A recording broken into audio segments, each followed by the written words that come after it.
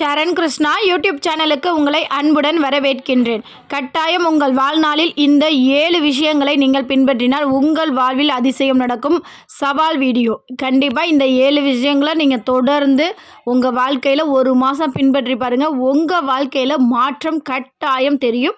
இது 100% பலன் தரக்கூடிய விஷயங்கள்.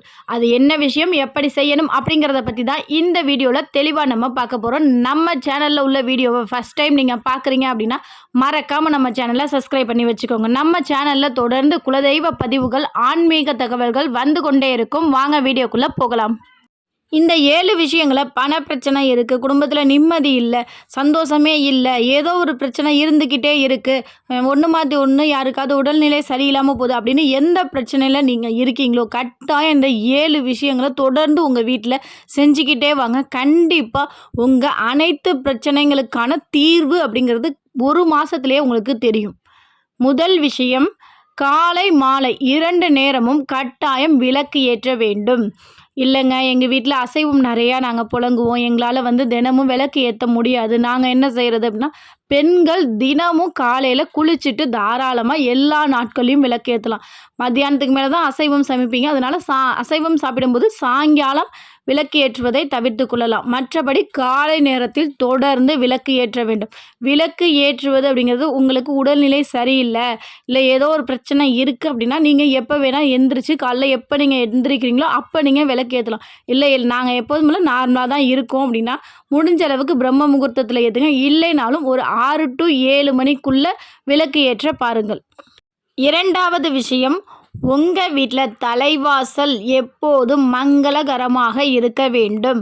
உங்களுக்கு குலதெய்வமே தெரியலனாலும் சரி, நீங்கள் ஏதோ ஒரு தெய்வத்தை வழிபாடு செய்வீங்க. உங்கள் இஷ்ட தெய்வமோ உங்கள் குலதெய்வம், அனைத்து தெய்வங்களுமே உங்கள் நிலைவாசல் வழியாகத்தான் உங்கள் வீட்டுக்குள்ளே வருவாங்க. அப்படி இருக்கக்கூடிய நிலைவாசல் எப்போதும் மங்களகரமாக இருந்தால்தான் தெய்வங்கள் விரும்பி உங்கள் வீட்டுக்குள்ளே வாசம் செய்வாங்க. அதனால் நிலைவாசலுக்கு முன்னாடி செப்பல்கள், உடைந்த பொருட்கள், இரும்பு பொருட்கள் போன்ற அனாவசிய பொருட்களை போடாமல் எப்போதும் மஞ்சள் குங்குமம் தேய்த்து மங்களகரமாக வைத்து கொள்ளுங்கள். மூன்றாவது விஷயம், கல்லுப்பை நான் சொல்லும் இந்த 2 முறைகளில் பயன்படுத்துங்கள். முதல் முறை, ஒவ்வொரு மாதமும் வரக்கூடிய அமாவாசை மற்றும் பௌர்ணமி திதிகளில் மண் அகல் விளக்கு எடுத்துக்கோங்க. அந்த விளக்கில் கல்லுப்பை நிரப்பி அதன் மேலே 5 அல்லது 3 மிளகு சேர்த்து உங்கள் வீட்டில், உங்கள் ரூமில், உங்கள் ஹாலில், உங்கள் சாமி ரூமில், உங்கள் சமையல் அறையில் எந்தெந்த இடத்துல உங்களுக்கு தேவைப்படுகின்றதோ, எந்த இடத்துக்கு நீங்கள் போனால் ரொம்ப நெகட்டிவ் எனர்ஜியை உணர்றீங்களோ, எந்த இடத்துக்கு நீங்கள் அதிகமாக போகும்போது டென்ஷனாக இருக்குது, இந்த இடத்துக்கு வரவே எனக்கு பிடிக்கல அப்படின்னு சொல்லி ஒரு சில உங்கள் வீட்டில் அது போன்ற இடங்கள் இருந்துச்சு அப்படின்னா அந்த இடத்துல கதவுக்கு பின்னாடி இல்லை பீரோக்கு அடியில் யாருக்கும் தெரியாமல் இதை நீங்கள் வைக்கணும். வைத்துட்டு 15 நாளைக்கு ஒரு மாதத்து, இன்னைக்கு பௌர்ணமியில் வைக்கிறீங்கன்னா அடுத்த அமாவாசையில் அந்த கல்லுப்பை எடுத்து கால் படாத இடத்துல கொட்டிடணும். கொட்டிட்டு அமாவாசையில் வேறு கல்லுப்பு வைத்து அதன் மேலே மிளகு வைத்து வைக்கணும். இது போல் நீங்கள் வைக்கும்போது உங்களை சுற்றி இருக்கிற நெகட்டிவ் எனர்ஜி, எதிர்மறை ஆற்றல்களை அந்த உப்பும் மிளகும் ஈர்த்து கொள்ளும். உங்கள் வீட்டில் எப்போதுமே பாசிட்டிவ் எனர்ஜி இருந்து கொண்டே இருக்கும். நான்காவது விஷயம், கல்லுப்பு வைத்து குழந்தைகள் முதல் பெரியவர்கள் வரை சுற்றி போடுதல் வேண்டும். சொல்லடி பட்டாலும் கண்ணடி படக்கூடாது. நம்ம எவ்வளோதான் நம்ம பார்த்து செஞ்சாலும் ஒரு கண்ணடி அப்படிங்கிறது கண்டிப்பாக எல்லார் மேலேயும் படதான் செய்யும். அதில் நம்ம தற்காத்துக்கணும். அதனால் சின்னவங்க முதல் பெரியவங்க வரை காலைல குளிக்கும் போது ஒரு கைப்பிடி உப்பு எடுத்து தலையை 3 முறை வலதுபுறமாக இடதுபுறமாக உடல் சுற்றி அதை ஜிங்கில் போட்டுருங்க. அதாவது ஒரு பாத்திரத்தை தண்ணி வச்சு அந்த கல்லுப்பை போட்டு அதை கரைச்சி சிங்கில் ஊற்றி விட்டுருங்க. இன்னொரு கைப்பிடி உப்பு எடுத்து நீங்கள் குளிக்கிற தண்ணியில் போட்டு குளிங்க.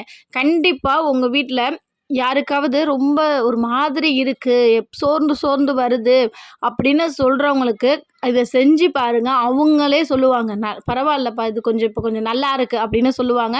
இது 100% பலன் தரக்கூடியது. இது சின்னவங்க முதல் பெரியவங்க வரைக்கும் செய்யலாம். இதுக்கு நாள் நேரம் கிழமை கிடையாது, எல்லாருமே செய்யுங்க. ஐந்தாவதாக, நம்ம வீட்டில் எப்போதுமே பணப்புழக்கம் நம்ம கையில் சரளமாக இருக்கணும் அப்படின்னா அதற்கு ஒரு சில தாந்திரீக பொருட்கள் நம்ம பயன்படுத்தணும். அது வேறு ஒன்றும் பெரிய பொருட்கள்லாம் இல்லைங்க. வெறும் பச்சை கற்பூரம், ஏலக்காய் மட்டுமே போதும். நம்ம ஒவ்வொரு மாதமும் வரக்கூடிய பௌர்ணமி தினங்களில் பச்சை கற்பூரத்தை எப்படியெல்லாம் பயன்படுத்தலாம் அப்படிங்கிற வீடியோ தொடர்ந்து போட்டுட்ருக்கோம். அதை பார்க்காதவங்க பாருங்கள், தெரியாதவங்களுக்கு ஷார்ட்டாக சொல்லிடுறேன். பச்சை கற்பூரத்தை நீங்கள் வெள்ளி செவ்வாயில் கூட இதை தாராளமாக செய்யலாம். பௌர்ணமியில் செய்கிறது இன்னுமே சிறப்பு, குலதெய்வத்தை வேண்டி செய்கிறது. வெள்ளி செவ்வாய் பௌர்ணமி நாட்களில் ஒரு பச்சை கற்பூரத்தை பச்சை கலரில், உங்களுக்கு பண தேவை அதிகமாக தேவைப்படுகிறது என்றால் பச்சை கலர் இல்லைங்க, எப்போதும் சரளமாக புழங்கினா போதும், என் கையில் எப்போதுமே பணப்புழக்கம் இருந்துக்கிட்டே இருந்தால் போதும் அப்படின்னா மஞ்சள், சிவப்பு, பச்சை எந்த நிறத்தில் உங்களுக்கு துணி கிடைக்கின்றதோ அந்த துணியை எடுத்து ஒரு பச்சை கற்பூரத்தை உள்ளே வச்சு சின்ன பீஸாக ஒரு துணியை கட் பண்ணிக்கோங்க. அதில் பச்சை கற்பூரத்தை வச்சு முடிச்சா அதில் பச்சை கலர் நூல் வச்சு கட்டி தூபம் காமிப்பீங்க பார்த்தீங்களா, அந்த தீபத்தில் 3 தடவை காமிச்சு, தூபத்துலேயும் அந்த தூப புகையிலையும் காமிச்சு உங்கள் குலதெய்வத்தின் படத்தின் கீழே காலடியில் வச்சுக்கோங்க. இல்லை இஷ்ட தெய்வ காலடியில் வச்சு மனதார வேண்டிக் கொண்டு எந்தெந்த இடத்துலலாம் நீங்கள் பணம் வைக்கிறீங்களோ அந்தந்த இடத்துல முடிச்சுகள் போட்டுருங்க. இது வீட்டிற்கும் செய்யலாம், வியாபார ஸ்தலங்களுக்கும் தாராளமாக செய்யலாம். இது போல் நம்ம செய்யும்போது பணப்புழக்கம் அப்படிங்கிறது நம்ம கையில் எப்போதுமே இருந்து கொண்டே இருக்கும். ஆறாவது விஷயம், உங்களுக்கு அதிக கடன் இருக்குது, அந்த கடன் விரைவில் அடையணும் அப்படின்னா ஒவ்வொரு நாளும் குளிகை நேரத்தில், தினமும் காலாண்டரை பார்த்தீங்கன்னா தெரியும், அதில் குளிகை நேரம் அப்படின்னு கொடுத்துருப்பாங்க. அந்த நேரத்தில் இப்போ உங்களுக்கு 50,000 கடன் இருக்குது அப்படின்னா அதற்கு இப்போ உங்கள் கையில் 10 ரூபா இருந்தாலும், அப்பா இந்த 50,000 கடனில் அதில் உள்ள காசில் ஒரு தொகையாக நான் 10 ரூபா இப்போ நான் எடுத்து வைக்கிறேன், இது மேலும் மேலும் அதிகரிக்கணும் அப்படின்னு சொல்லி மனதார உங்கள் குலதெய்வத்தையும் இஷ்ட தெய்வத்தையும் வேண்டி ஒரு பர்ஸ்லையோ இல்லை ஒரு உண்டியல்லையோ இல்லை தனியாக ஏதோ ஒரு கவர்லேயோ டப்பாலையோ போட்டு வச்சுருங்க. இது அந்த 50,000த்தில் நீங்கள் 10 ரூபா கொடுத்துட்டீங்க அப்படின்னு. இது போல் தினமுமே அந்த குளிகை நேரத்தில் கொஞ்சம் கொஞ்சமாக பணம் எடுத்து வைங்க. கூடிய சீக்கிரத்தில் நீங்கள் இந்த கடனை நான் 1 வருஷமாக கூட என்னால் அடைக்க முடியலன்னா கூட இது போல் நீங்கள் எடுத்து வைக்கும்போது 2 மாதங்கள் அல்லது 3 மாதங்களுக்குள்ளே அனைத்து கடன்களுமே உங்களுக்கு அடைஞ்சிரும். இந்த 50,000ல் இதை விட அதிகமாக கடன் இருந்தாலும் ஒரு 3 மாதங்களுக்குள் கட்டாயம் அனைத்து கடன்களும் உங்களுக்கு விரைவில் அடையும். அதே போல் உங்களுக்கு பொருள் சேர்க்கை நடக்கணும், எனக்கு நிறையா பொன் பொருள் சேரணும் அப்படின்னாலும் இந்த குளிகை நேரத்தில் போய் உங்களால் முடிந்த ஒரு வெள்ளி பொருட்களோ இல்லை 1 கிராம் இல்லை 1/2 கிராம் தங்க நாணயமும் வாங்கிட்டு வாங்க. குளிகையில் செய்கின்ற ஒவ்வொரு செயல்களும் அதிகரிக்கும் அப்படிங்கிறது ஐதீகம். அதனால் ஒவ்வொரு நாள்லையும் வரக்கூடிய குளிகை நேரத்தில் உங்களுக்கு கடன் அடையினாலும் அதற்கான காசை எடுத்து வைங்க, இல்லை பொன் பொருள் சேரணும் அப்படின்னாலும் அந்த நேரத்தில் அதாவது குளிகை நேரத்தில் வாங்குங்க. 7வது விஷயம், உங்கள் வீட்டில் ஆண்கள் பெண்கள் இருவருமே இல்லை வீட்டில் பெரியவங்க யாராக இருந்தாலும் சரி, ஒரு சிலருக்கு சனி ரொம்ப தாக்கம் அதிகமாக இருக்குது, சனி பாதகச்சனி கண்டகச்சனி அப்படின்னா ஒரு சிலது இதுக்கு நேரம் சரியில்லை அப்படின்லாம் சொல்லுவாங்க.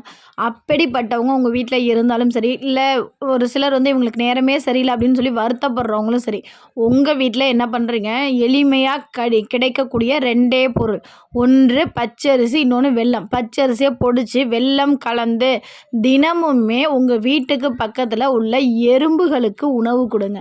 கண்டிப்பாக எறும்பு சாப்பிட உங்களோட கெட்ட நேரம் அப்படிங்கிறது கண்டிப்பாக குறையும். தெரு நாய்களுக்கு உணவு வைங்க, குருவிகளுக்கு உணவு வைங்க, தண்ணீர் வைங்க, நீர் தானம், இந்த மாதிரி தானங்கள்லாம் உங்களால் நல்ல வசதி இருக்குது அப்படின்னா மாதத்தில் ஒரு தடவை யாருக்காவது வயிறார சாப்பாடு கொடுங்க.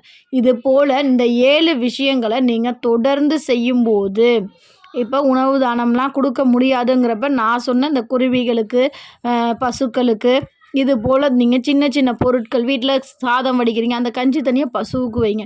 இது போல் சின்ன சின்ன தானங்கள் நீங்கள் செய்து வர இந்த 7 விஷயங்களும் தொடர்ந்து நீங்கள் 1 மாதம் கரெக்டாக ஃபாலோ பண்ணிகிட்டே வாங்க. உங்கள் வீட்டில் கண்டிப்பாக ஒரு மாற்றம் தெரியும். இது 100% பலன் தரக்கூடியது. நான் சவால் விட்டு சொல்கிறேன். இந்த 7 விஷயங்களை நீங்கள் தொடர்ந்து செய்யுங்க. கண்டிப்பாக நல்ல மாற்றம் கிடைக்கும்.